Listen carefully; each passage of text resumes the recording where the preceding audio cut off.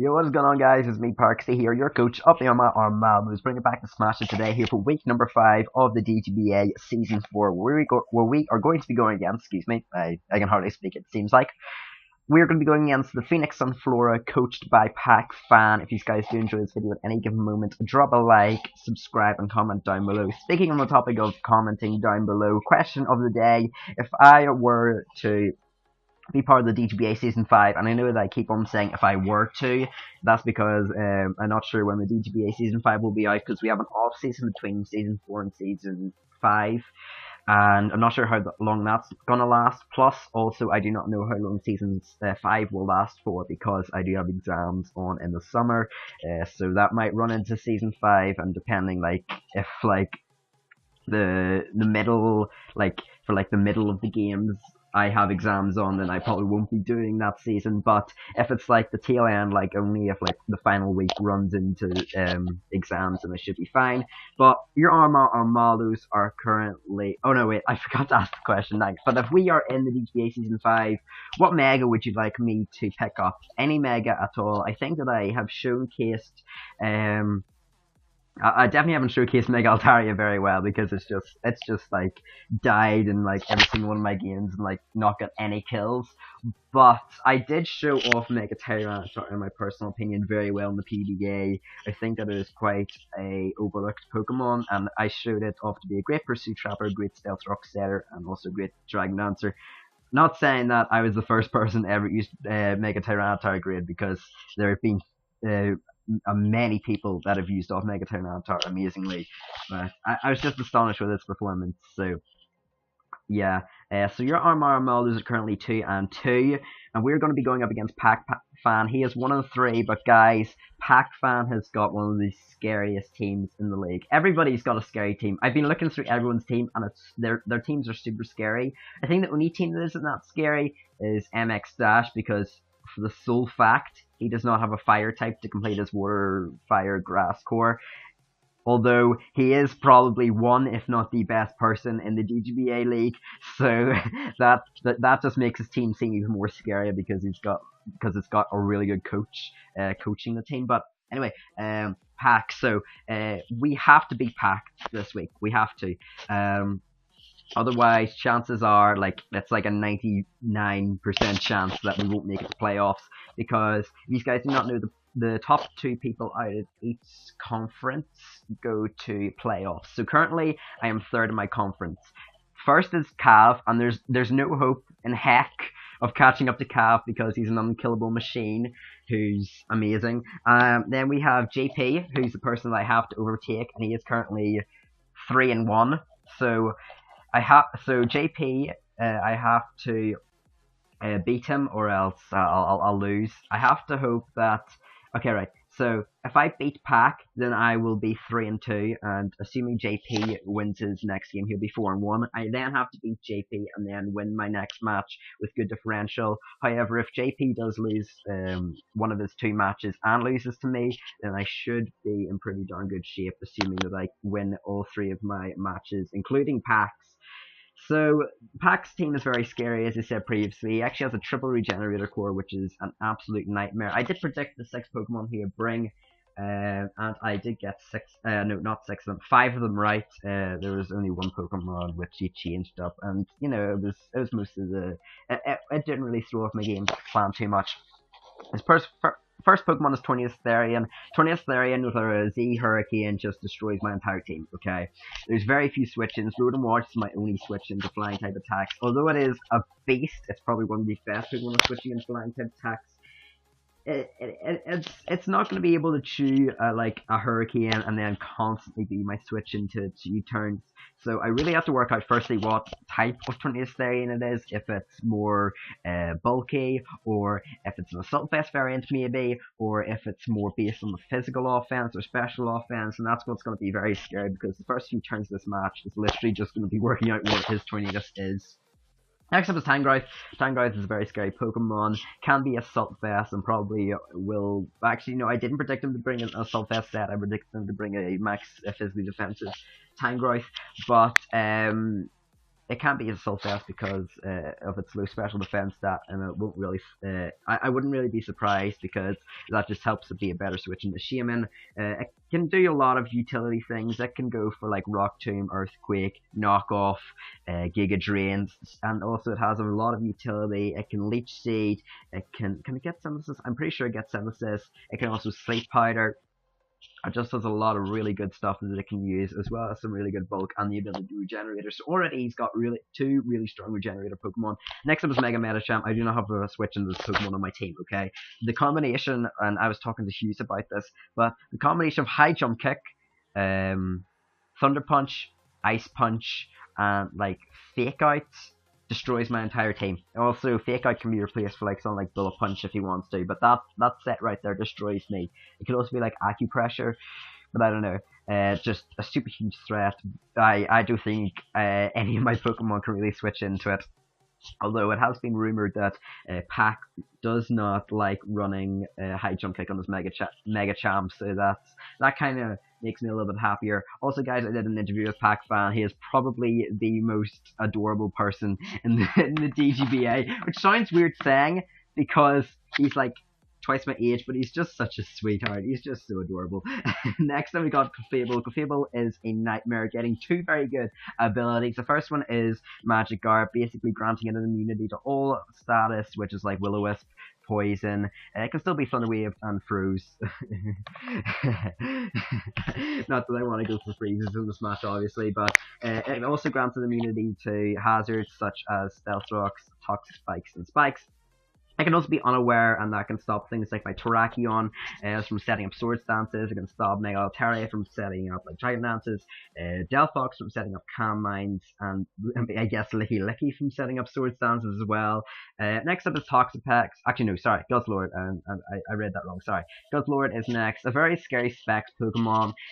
Only weak to four times weak to Fairy, sorry. 4 times weak to Fairy, so I don't really expect it to come because my Mega Altaria, literally, that's set up food for my Mega Altaria. However, it can be a pretty decent Specs Pokemon. It's definitely better in Standard Play, however, in my personal opinion, than it is in Draft League, just because you've got so many huge, like, on average, like, these are like tier 2 like UU Pokemon that are being drafted in the league, so that means that Guzzlord is literally going to have to go against UU Pokemon, but it's got a lot of HP, it can tank quite a few hits. And next up we got Toxapex. Toxapex is a third regenerator Pokemon, which finishes off that triple regenerator course. Super scary Pokemon. It can set up Toxic Spikes. It can be Painful Bunker. Gets reliable recovery with Recover. Scald is also very scary because it can Scald Burn. And also, I never thought that this would be a viable strategy, but not until like a few days ago when I was laddering, which that is very rare if you see me laddering, but when I was laddering in OU, I actually ran into a it's Baneful Bunker, isn't? No, not Baneful Bunker. It's Merciless. Yeah, that's it. Baneful Bunker's a move. Into a Merciless, Toxic Spike, Venoshock, Toxapex, and that thing blew my team back because, like, you don't expect it from a Toxapex, so you could definitely run that set if he wants to. You know, wink, wink, nudge, nudge, Pack. If you ever want to run that, then don't worry. I will take part of the credit for it, of course. Next up is Nidoqueen, very scary Pokemon, very few switch-ins very few Pokemon can switch into it at all. With the combination of Sheer Force, Life Orb boosted Thunderbolt, Flamethrower, Ice Beam, Sludge Wave, Earth Power, and also can help on the physical side as well, Earthquake and Poison Jab. I've kind of been scared a little bit of physical Nidoqueen just because in my pack versus Undersea, versus Undersea Warrior, I was like, no, he won't bring physical Nidoking, and he brings physical Nidoking, and that nearly swept my entire team. So make sure to go check out that battle though, it was a very good battle. Can also set up Rocks and Toxic Spikes, Nidoqueen, so that's super scary for my team. Raikou is up next, just very fast electric type, very good wall breaker with the ability to run Calm Mind, or it can be a Assault Vest and wants to go down a little bit more of a bulkier path.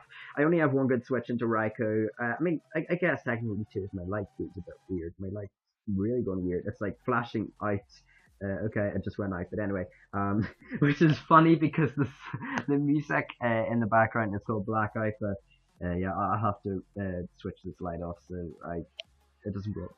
Okay, so quick update: the electricity has gone off, but so sorry if you hear like my parents like walking around or something, or just talking generally because the electricity's out. Great. Thankfully though, the music is all being pre-rendered on the background, so it should be fine. And then the document doesn't require any electricity anyway. And I should be able to do all this video without electricity. I was here like worrying like that I wasn't going to be able to get my video done, but it should be fine. So where do I get to? Next up is Metagross, quite a scary Pokemon. Being good Assault Vest candidate, his priority is quite scary, and Meteor Mash +1 Metagross. It hurt quite a lot of my team, however, I do have responses to it that resist both its stabs. If you guys can remember parts of my team, you'll probably recognize at least two. Metagross, I can see it kind of being a Stealth Rock user, but apart from that, I can't really see it coming. Ribombee is a really scary Pokemon because it gives him a Sticky Web user. Not also that, but it can also Quiver Dance, and it is probably going to be his defogger for the game because he only has that or Tornadus Therian, and I doubt you bring a defog Tornadus Therian, which is a Z user. Ribombee's, I mean, it's alright. It sets up webs. It can be shut down pretty easily, however, so I think I'm okay against it. And finally, Passimian, just a decent fighting type Pokemon, not really good in anything, but definitely good for 4 points, I would say. He definitely got quite a steal of a deal right there. It can do things. It can U-turn. It can close combat. It's got a decent speed stat, pretty good attack stat. Without further ado, let's go and check out the team I decided to bring for this guy. I'm really shocked that I didn't get like the prompt work offline yet, like because I've got no Wi-Fi. But anyway, the first Pokemon I decided to bring was Starmie. This Starmie is a fully physically defensive pivot, so it can actually take on the Mega Medicham. It's designed so that a high jump kick. I think it does over 50%, but guys, literally. Mega Medicham was such. Actually, no, I think high jump kick after leftovers isn't it? It is not a 2 KO, so that's good. I got Recover. I also have got 3 attacks. So Ice Beam is nice for the Tangrowth, and sorry for the winds, of course. Ice Beam is nice for the Tangrowth. I believe that's the only thing I had Ice Beam on there for. Psyshock is great because he might be running Calmine Clefable. It also hits especially defensive Toxapex a little bit harder. And Skull is great because it can burn things like the Tornadus Therian if it is a more physically offensive Pokemon. And it can also burn the Mega Medicham. I've got enough speed here, as you're gonna see, so I can outspeed a Adamant Mega Medicham. I doubt that he's gonna run a timid Mega Medicham because it doesn't really do anything for him, and I'm pretty sure he'd like more damage output, but that's just what I was thinking going into this battle. Next up, we've got the Tornadus Therian, and this Pokemon is designed to shut down Toxapex, is designed to shut down Ribombee as well. The Slaceling can taunt the Ribombee and is designed to be my lead Pokemon with Hurricane and U-turn as well. And the speed is so that I can outspeed, of course. Again, there we go. What did I tell you guys? The problem is going to come up, but it's got enough speed so I can outspeed of course, a max attack Adamant Mega Medicham, and the rest is invested in special attack. We also have got Root and Wash here. Now, Root and Wash is a very special Pokemon because it can trick a Choice Scarf. And his response to Root and Wash is going to be 3 things, okay? The first thing is going to be a Tangrowth, okay? Tangrowth does not like being Choice Scarfed. Next up, he could have a Guzzlord as a switch in. Again, Guzzlord hates a Choice Scarf. It loves switching up moves from like it loves the power of a Choice Specs, and also its speed stat is so bad that even with a Choice Scarf, it's getting outsped by like every single Pokemon on my team. Also, if I do get a Choice Specs from the Guzzlord, that'd be nice because then I can continually trick Choice Specs on the Pokemon. And the third Pokemon that he can bring as a switch in is especially defensive Clefable. If he does that, then of course I trick the Clefable, and it can't do it can't like Wish, Heal Bell, set up Rocks, and Calm Mind or Cosmic Power, which he's been prone to do. He can't do all of them. So that really helps me let the Clefable be a lot more easier to deal with. Next up is Terrakion. Now this Terrakion, obviously Terrakion was a Pokemon to bring right because its Rock Stab sends Tornadus Therian to the next dimension. It's also very nice because it manages to Oko Ribombee, and it does a lot to Toxapex with Earthquake, and also it's just a very good sweeper.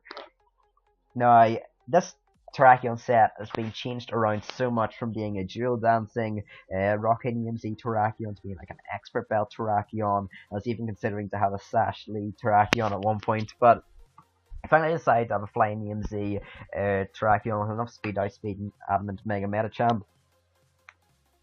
So this allows me to deal over 50% to Tango forcing a switch, but not also that, but a surprise Oku's a Mega Metachamp, and that's what's most important. A surprise Oku's a Mega Metachamp because, like, you don't predict a flying EMZ aerial ace from Terrakion. It's like in UU when you have Mamoswine. You don't predict the flying EMZ tech when both was down there.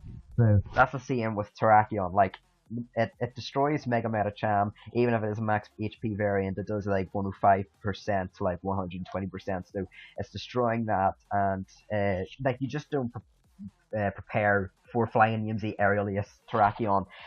Of course, Rocking EMC might have been good. It did do about 70% to Mega Metacham, but my switches to Mega Metacham were very limited, and if I could just annihilate it right off the bat, then that means that a lot of my Pokemon are looking better, like for example, like Piloswine and Rotom Wash are looking really good in this battle.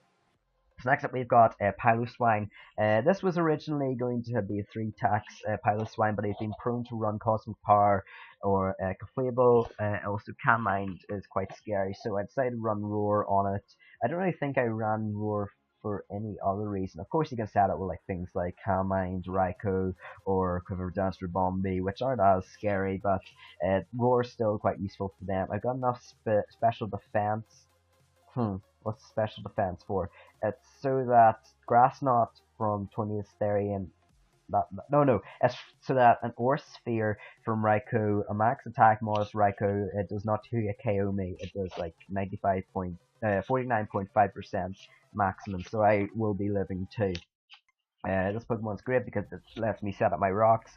It was really a toss-up between this Pokemon and Ferrothorn, and in the end, like, he's gonna run fire coverage, he's gonna run like Heat Wave on Ferrothorn, like, he's gonna run like Nidoqueen gets Flamethrower, as I said previously, 20th Therian gets Heat Wave, Clefable gets Flamethrower, like there's just a lot of things. Raikou gets Aura Sphere, so there's just a lot of like negatives to bring in Ferrothorn, so I just did not bring it this week, although it would have been pretty good.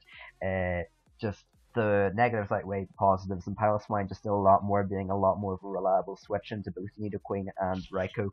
Final Pokemon is Delphox. Yet again, we've got another Trick Scarf, and this is originally going to be a Dragon Dance 3 attacks Mega Altaria. Yeah.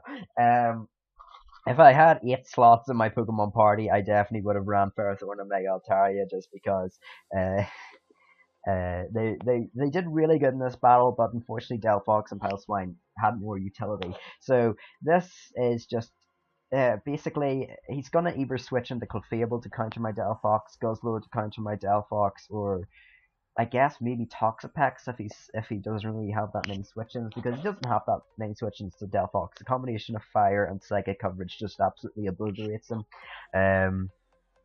So this Pokemon, like, originally I was like, why did I have Mega Altaria over this? Like, it's so good. This is, of course, enough investment so that I can outspeed a adamant Mega Metacham.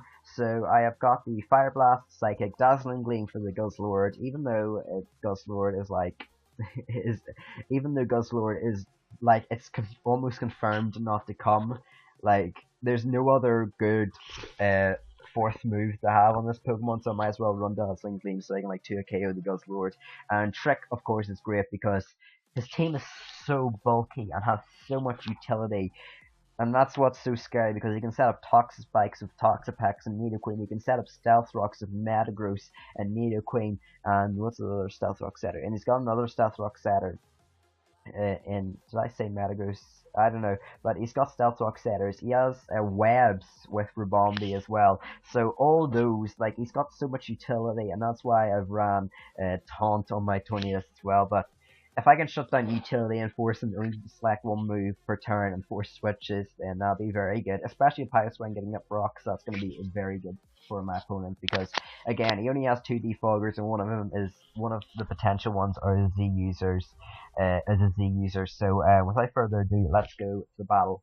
Oh yeah, so we're here at the battle again. Apologies that I could not change the music because I usually like to change the music, but obviously I can't because of the thunderstorm.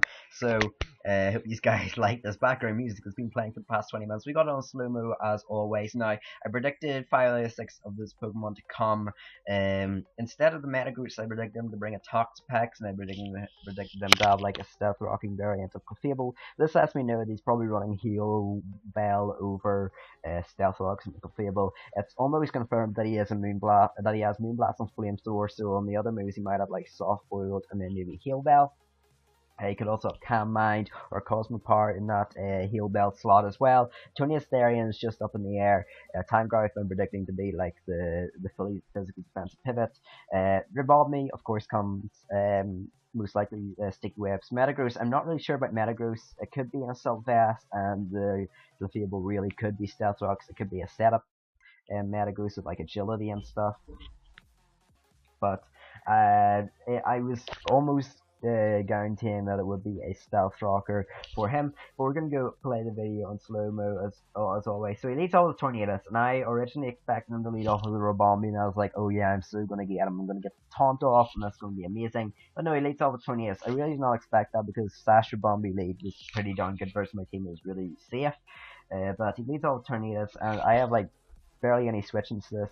Rotom is just about categorized as a switching, so I go out into my Rotom Wash as he is gonna go for the acrobatics here, and already I knew this is a more physical variant of Tornadus, as he is unfortunately going to get a crit, so that's kind of scary. Also, because that did so much damage, he has no item, so that's great because my Delphox and my Rotom now tricks 5 out of 6 of those Pokemon on the team. I go out into Delphox here because he has no switch into fire type attack.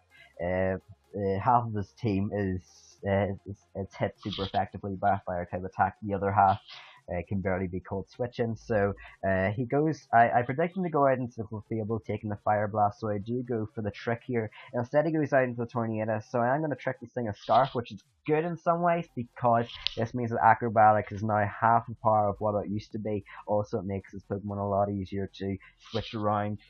So I go out into my Terrakion here, expecting him to go for a knockoff. Instead, he is going to go for the U-turn here. So very good play on my opponent's part. I just want to scout for the knockoff here because if he went for the knockoff, then that means my Terrakion kind of just could wreak havoc. So he goes out into the Metacham here, and I'm like, okay, well I made this Terrakion to outspeed the Metacham. But what do you know? This is actually max speed timid Metacham, which I really did not expect. And I just looked at the screen and I was like, what? How did he outspeed me? Because I was like running through my brain throughout this battle. I was like, okay, your Terrakion outspeeds this. He's not gonna know what hit him. A Flying Disease about to hit him. And like that happened, and I was just like, okay, I've lost. So he goes out into the Tangrowth here, of course, fearing the Scald, and unfortunately, like I knew that people have been telling me, okay, that Pack plays quite safe, and I was like, oh yeah, I'm gonna play really like I'm gonna predict a lot of switches and stuff on him, and so far I've just been playing like utter trash versus him. D- um, yeah, I've already lost my Terrakion, my main wall breaker, and also I to defend my Skull play on Starmie, it was better to get a burn on the Time Growth because Ice Beam, even if it was a physically defensive pivot, as you're going to see it does, it takes leftovers. Even if it was a physically defensive Pokemon, it still did not get to a KO by an Ice Beam, so that was kind of scary. So he's going to go into Time Growth. I thought he might go for the Giga Drain here, but he goes for the Leech Seed. It's a very good play on my opponent's part, managing to seed my Tornadus and chip me down a little bit. It was just a very good safe ground play because I didn't bring any of my grass type Pokemon. It's kind of weird he brought Leech Seed considering I do have 2 grass types, but I'm going to go for the U-turn here because I do want my nice switch initiative. I want to force switches here, okay? I've learned from my boy JJ that it's always good to play offensive because then you're the one that is capitalizing on the switches. So he's going to go for the U-turn here. Of course, he has a Scarf Tornadus, and this chips me down to the point where Rotom Wash is just looking so scary to try and switch in now because I go for the Volt Switch here, of course, expecting the Time Growth. I just want to make sure that I'm doing right as the light turned on and the door slammed. Great. So I go out into Delphox here. I know this Tangrowth guarantees me a free switch in the Tangrowth every single turn. So I am going to launch off a Fire Blast here. Again, no switch into my opponent's part. If he goes out into 20th, as he does, this Pokemon's going to be taking like 60%. As you're going to see, this is a whopping amount. This does 68%. And that's great because it forces Tonius to like constantly U-turn here because he needs to get up that regenerator. So I go out into Pilot Swine. I know that the worst thing that can happen is he probably goes to the knockoff. You don't superpower Delphox, come on, because it is just so much. So I knew he was probably going to go for this U-turn here. And the Clefable comes out, so I'm like, okay, we're either going to exchange rocks here, or you're going to Calm Mind versus me. So he goes to the Calm Mind here, and I know I'm playing a bit ballsy here, considering we could get up a Calm Mind, and then he could fire off a Moonblast, but I took my chances. I thought he was going to go for the game here and try and Calm Mind up again. So he does fortunately go for the Calm Mind yet again, as he ain't going to be able to roar him out, as he actually is shocked about this Pokemon. Like, he never knew this Pokemon got roar, and you know what? That'll be my reaction to most Pokemon throughout this entire season. It's been like, what? That Pokemon gets that? So I go for the roar. Unfortunately, I get Tangrowth, which is probably the worst switch in. Well, actually, no, Metachan might have been a good switch in. Well, an even worse switch in. But Tangrowth is pretty bad as well, as it's going to go for the knockoff here. Unfortunately, knocking off my 20th item, but it was only like 6.5% of leftovers recovery that I was really getting back. So it didn't do much anyways. My dad my dad blew out the candle that I had by my bedside. But I go for the Hurricane here. I know that he's going to stay in because this Tango seems pretty much a liability, and I've U-turned twice so far on this Pokemon, so I really did not feel like he'd expect. Now, I could have made the ballsy play here, and I could have predicted the U-turn, but I go into Swine. Actually, no, he didn't go for the U-turn here. He actually he goes to Sludge Wave here. So that's great because now I'm just able to launch off either an Earthquake, or I'm able to launch off a Icicle Crash, or as you're going to see that I'm able to do, I'm able to go into my Delphox again, because Sludge Wave is, actually no, I go out into my Rotom Wash. Okay, this Rotom Wash, okay, this is actually kind of funny because I only played like the battle like 10 minutes ago, but the Rotom Wash switch was my best switch, because I knew he was going to go Clefable, okay? It just doesn't sound like I did, but and he's gonna go for Clefable, either that or Metagross, but he goes out into Clefable, as I am gonna be able to trick the Scarf. I knew that he was not gonna switch here. I knew that he was gonna go for the Calm Mind here, because then you Calm Mind versus my Rotom, and then you go for game because my Pile Swine's quite low and you can Moonblast it to deal off some heavy damage. So I go for the trick onto the Scarf, onto Clefable, and I knew he was going to expect it because I already tricked one Scarf. So with his Clefable, he is actually going to be forced to switch out here into the Tornadus. So kind of a bad play on my part. I just really wanted to see if this thing. Okay, I knew this thing would either have a Moonblast or a Flamethrower. So I knew that Delphox was the safest play because it wasn't going to take that much. It was just the safest play all around. So I go out into my Pile Swine here, as he is going to go as that is my new response to 20 years, because it seems like he does not have knockoff. He's so far he's shown U-turn, Acrobatics, and Sludge Wave, which is quite an interesting set. I'm not sure what his final move might have been. Could have been it probably would have been Heat Wave for the Ferrothorn, like I was predicting, but he goes out into Clefable, as he does show to be unaware because he takes stealth damage. He's going to go for the Flamethrower here and go for a crit. This guy's getting lucky. My goodness. Unfortunately, though, I did connect Hurricane, which I was scared about missing. So go for the Fire Blast here. I do chip down the Clefable to the point where Psychic is just my best play. He is going to go for the Flamethrower here, but that's going to do absolutely nothing. I'm surprised he didn't lock himself into Moonblast, however. No, Moonblast would be pretty safe. Yeah, he should have locked himself into Moonblast. Maybe he didn't actually have Moonblast. Maybe it's just 3 utility moves and Flamethrower. That would have been interesting, but that happens, and then 20th Therian is going to come out, and he is probably going to go for U-turn here. But I just had to swap into my Palace Line here because I knew that I'm going to give the Mega Metacham a free switch in, but I just have to take the hit and just play quite safe, So out comes the Mega Medicham, as I said previously. Now, I do have one switch into this Pokemon, as I said previously, as my fully physically expensive Starmie. So I'm going to go out into it, and I am going to hopefully take this Dream Punch that comes out, as we are going to see that it is a Zen Headbutt instead. So this Pokemon might not even have a fighting type move. It might have, like I said previously when I was talking with you, about it having High Jump Kick, Bullet Punch, and the 2 Elemental Punches. It might have Zen Headbutt over the fighting type attack. Nothing really too detrimental. So he goes out into Ribombee, so I'm going to go for the Scald here. A burn would have been really nice in this Ribombee because it means they can just wear this thing down. Unfortunately, it doesn't. It does just about a little less than 50%. So that's alright. So this Ribombee is kind of scary because it is probably going to set up webs here. So I go in my Tremendous Theory, and I could have predicted him to go for webs and just scalded him again, but I couldn't risk the bug buzz, so I go for the default here. I know I'm clearing away rocks, but by this stage, rocks are scarier for me than, I mean, webs are scary for me than rocks are for him, because his Tornadus' regenerator is basically only making because rocks, they do negate Tornadus' regenerator, but it's not really like the biggest thing in the world. The rocks are basically just there to break the Ribombee's potential focus sash, which they already have, so I'm happy with that. So I go around and Piloswine. I know I can take a Bug Buzz, I know I can take a Moonblast, and this is actually pretty good because the Moonblast leaves me at such a point where I can take one more hit from the Tornadus. I can take a U-turn. I should be able to take an Acrobatics. I should be able to. I definitely can take a Sludge Wave. My goodness. And I should be able to take a Heat Wave, which I'm assuming is his last attack. So he goes out into the Mega Medicham again, which is kind of unfortunate because that's kind of like a switching for my Piloswine is like a switching for his Mega Medicham all the time. He actually makes a really good play here, and I have to give him props for it. He goes to the Poison Jab here, and that's me chipping my Starmie down to the point where another Poison Jab will actually knock me out. Fortunately, however, he thinks, and obviously quite rightly, that my Starmie might be able to outspeed him, so he is going to go into 20th as I go for the Scald here. A burn would have been so nice versus this Pokemon, honestly, because then I could have actually stayed in Starmie here and just recovered and beat his entire team.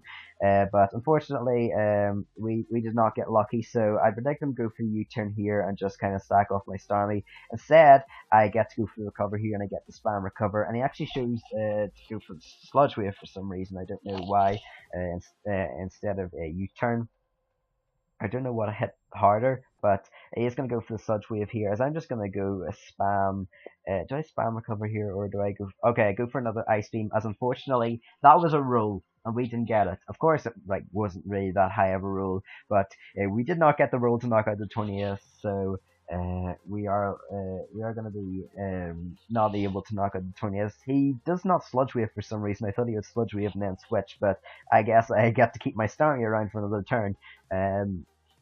So I go for the recover here. I knew this Metagross cannot hurt me. Its dual stabs are not going to be hitting my Starmie very hard because I am a fully physically defensive Pokemon. But I decided to swap out because then that is my switch into Mega Medicham, and with the HP I am at, it can take a Poison Jab. For some reason, like, the electricity's still on, but the Wi-Fi isn't. Oh, the electricity, I don't know, the bulbs is kind of jittering a bit. But he goes to the Home Claws here. Of course I miss my Will-O-Wisp, okay? 90% accurate move, okay? And I miss it. Trust me to miss all my moves. But he goes to the Zen Headbutt here.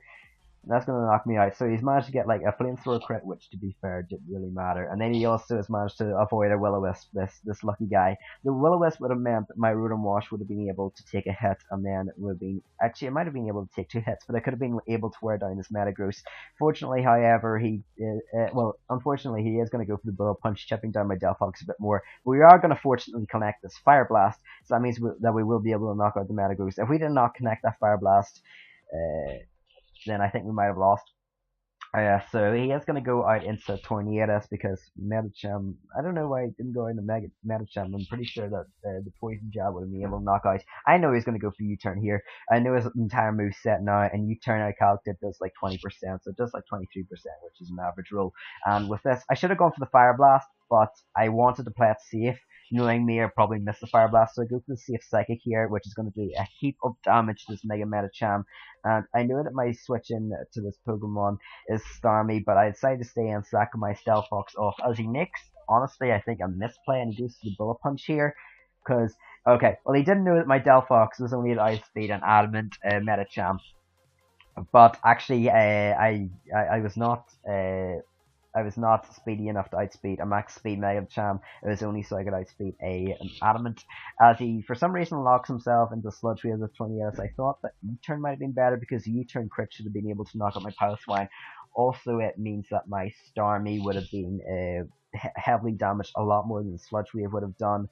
But I am going to go into Palswine, and I have to connect the Icicle Crush.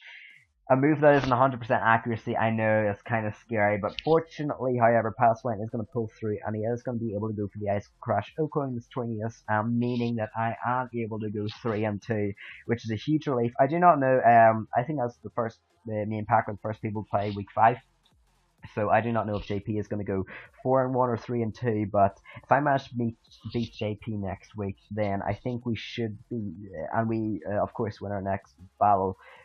We should be set on a place in playoffs. Thanks guys for watching this video. If you did enjoy it, make sure you leave a like, subscribe, and comment down below. Thank you, Pack, for making your for making your plays very quickly, because literally I recorded this video like maybe like 10-15 minutes after I did the battle with him, and of course my power went out, as you guys have heard from my commentary, so I'm thankful that he made his plays in a relatively fast time. So thanks guys for watching this video again. The next battle will be up next week against JP. Finally, I know it's been carried on for so many weeks, but finally we're going to be going against JP, the guy that the guy that's made it the finals in the PBA league that of course I own. And I did battle, or sorry, I did a league that I didn't upload onto YouTube called UPC, and he 4-0'd me. So this guy's going to be pretty insane. I also did an interview with JP, funnily enough. Also, huge shout out to the people that helped me build this team. Without you guys, some of these sets might have not came to life. Without talking to Cap, Dalfox might have not even came, and without talking it through with non-zero, my natural cure Starmie, I was going to run analytic. Actually, no, it was MX3 and non-zero I was talking to. I was going to run analytic, but natural cure was better for the Thunderwave Clotable and the Sleep Powder Tangrowth. But see you guys in the next video. Goodbye.